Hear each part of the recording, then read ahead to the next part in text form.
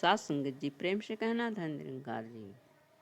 सात संगत जी, सदगुरु माता जी की कृपा से दासी आज फिर आप लोगों के बीच उपस्थित है। आज दासी के थॉट का विषय है, ये निरंकार तो कण कण में है, जर्रे जर्रे में है, लेकिन फिर क्यों हम सत्संग पर जोर देते हैं, सत्संग जाते हैं। सात संगत जी, संतों ने कहा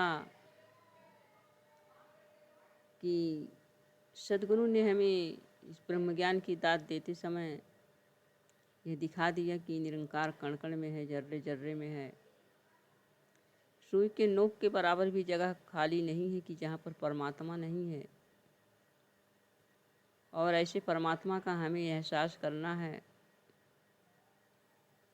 तो एहसास कैसे हो सकता है?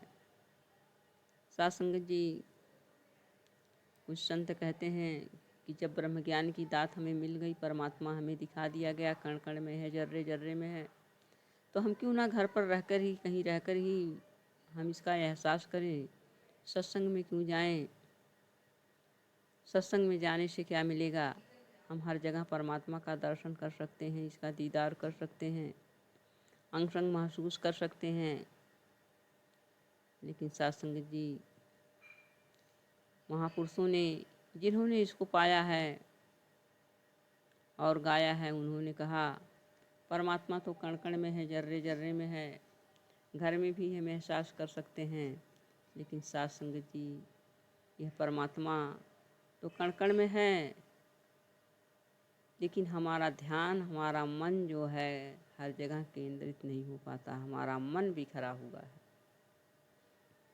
परमात्मा तो एक रस है, हर जगह है, हाजिर नाजिर है, लेकिन हमारा मन बिखरा हुआ है। ये हमारा मन कहाँ पर केंद्रित होता है? वो स्थान है सत्संग, संतों का संग, सत्संग। सत्संग में हम अपने बिखरे हुए मन को केंद्रित कर लेते हैं, और तब वहाँ हम, जब हमारा मन केंद्रित हो जाता है, तो हम दातार का एहसास करते हैं। सत्संग में ये तीनों सत्ताएं भरपूर मौजूद होती हैं, निरंकार, सतगुरु और संगत माँ। जिस तीनों की हमें आवश्यकता होती है, सत्संग में तीनों मौजूद होते हैं।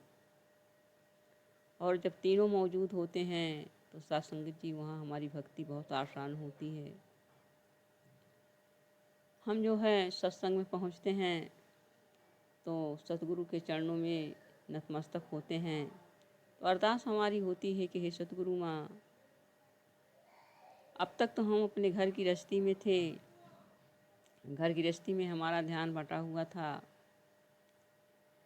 घर में रिश्ते नाते में भी थे, हर किसी से हमारा रिश्ता नाता था, उसी अनुसार व्यवहार करना पड़ रहा था। लेकिन मैं अब आपकी शरण में हूँ, आप मुझे अपने शरण में लीजिए और आप अपने से मुझे जोड़िए, मैं आपका एहसास कर सकूँ। सत्संग जी, यहाँ से हमारी भक्ति शुरू हो जाती सत्संग में। और फिर जो है, चाहे किसी महात्मा का विचार आए, चाहे स्टेज से विचार आए, तो हमारा मन जो है केंद्रित होकर के इन विचारों को सुनता है। और जब केंद्रित मन विचारों को सुनता है तो वही विचार हमारे जीवन में उतरते हैं, हमारे मनों में बैठते हैं। सत्संग जी, कभी कभी ऐसा देखा जाता है कि हम सत्संग में होते हुए भी, शरीर से होते हुए भी सत्संग में नहीं होते हैं, क्योंकि जो हमारा मन है वहाँ भी केंद्रित नहीं है, यहाँ भी बिखरा हुआ है। और हमारा मन किसी काम को छोड़ के आया है, उस पर दौड़ रहा है, भाग रहा है कि सत्संग जल्दी ख़त्म हो जाए और हम अपने काम को निपटाएं। ताई सात संगत जी, ऐसे भी सत्संग करने से कोई फ़ायदा नहीं है। जब सत्संग में ही हमारा मन बिखरा हुआ है, सत्संग में ही अपने मन को केंद्रित नहीं कर पा रहे हैं, तो महापुरुषों के वाणी को हम कैसे सुन पाएंगे, कैसे उसको मन में बिठा पाएंगे। और जब सुन नहीं पाएंगे, बिठा नहीं पाएंगे, तो इस परमात्मा का एहसास ही कहाँ हो सकता है। इस सात संगत जी, मन को केंद्रित करने के लिए सदगुरु माता जी के कृपा से ये सत्संग मिला है, ये संतों का संग मिला है। सत्संग में पहुँचने के बाद हमारे मन का दर्पण जो है साफ होने लगता है। सत्संग जी, ये सत्संग कहा गया है, सत्संग एक दरिया है, इसमें जो नहाते हैं पापी से पापी भी पावन हो जाते हैं।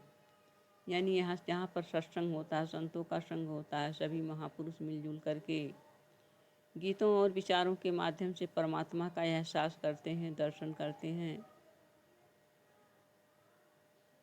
और जो है सत्संग के गुणवत्ता महत्ता को अपने जीवन में धारण करते हैं। सत्संग जी ऐसा सत्संग जो है हमारे लिए निर्मल गंगा से भी कहीं पावन है। यहाँ पर हम आते हैं तो मन के मैल को धुल लेते हैं। सत्संग जी जिस तरह से हम किसी कपड़े को कई दिन तक पहने रहते हैं, उस पर मैल जमती चली जाती है और धुलाई करते हैं, और जब जल्दी धुलाई नहीं होती है, हफ्तों लग जाता है, तो इतना गंदा हो जाता है कि उसका रंग भी पहचाना नहीं जाता है और धुलने में भी बड़ी कठिनाई होती है। इसी तरह से सत्संग जी जब हम सप्ताह में एक दिन सत्संग करते हैं या हमें कुछ दिन बीत जाता है सत्संग में नहीं आते हैं, तो हमारे मन पर भी इस सांसारिक बातों की परत दर परत चढ़ती चली जाती है और वह परत दर परत जब हम कई सत्संग छोड़ देते हैं तो सत्संग जी सत्संग में आने के बाद भी उसको परत दर परत हटाना बड़ी मुश्किल होता है। इसी परत दर परत मैल हमारे मन पर ना बैठे, मन पर ना चढ़े, इसी को दूर करने के लिए हम बार बार सत्संग में आते हैं। बार बार अपने मन को हम केंद्रित करने के लिए आते हैं कि हमारा बिखरा हुआ जो मन है इस परमात्मा से जुड़े, इससे इन पर केंद्रित रहे, इधर उधर ना हिले।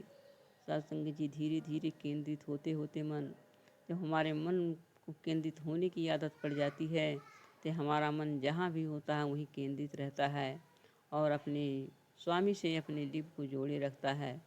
सत्संग जी जब हमारा लिप स्वामी से जुड़ा होता है तो जाहिर सी बात है कि हमारे द्वारा कोई भी अमानवीय कार्य नहीं हो सकता है। हम जो है जो भी कार्य करेंगे वो अच्छा करेंगे, जो हमारे जीवन के लिए भी सुखदायी होगा और औरों के जीवन के लिए भी सुखदायी होगा।